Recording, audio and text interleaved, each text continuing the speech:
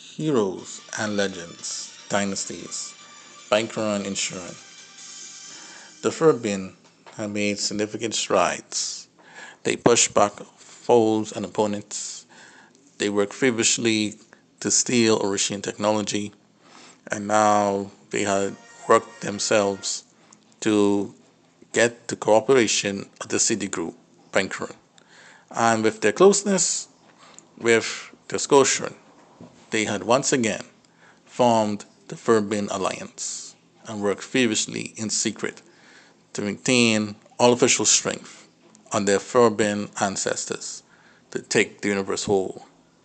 Seeing all these developments, a high ranking official within the Royal Galaxy orbit was going to make his debut arrival. His name was Royal-Finco.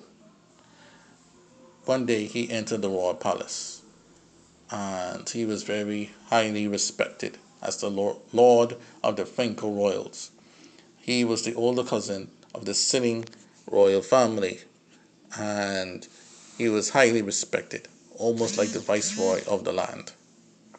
While Gordon and Alcina were wrapped up in embrace, in love, these lustful, sensual siblings wanted to maintain the purity of their bloodline, as the royal bloodline wasn't much as it was in the past. However, like clockwork, Royal-Finco burst through the French doors and greeted his freaky cousins.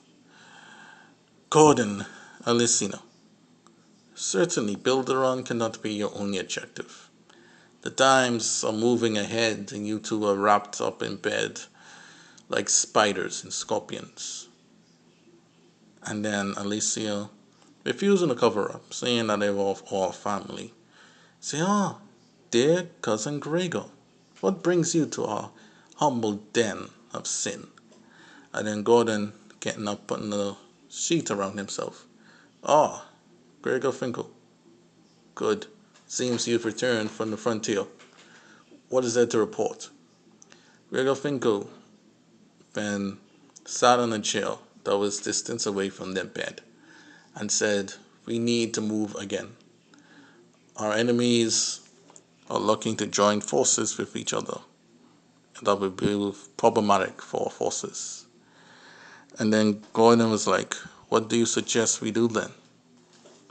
And then Gregor, having foreseen knowledge of the happenings of the universe, said, we must do something very simple. We must reach out to the Banquron Orishian and make alliance with them. Our two strong forces with the Orishians' technology and their increasing natural strength and our ferocity and determination. Our alliance will be feared across the Banquron space and make others think twice before they attack us.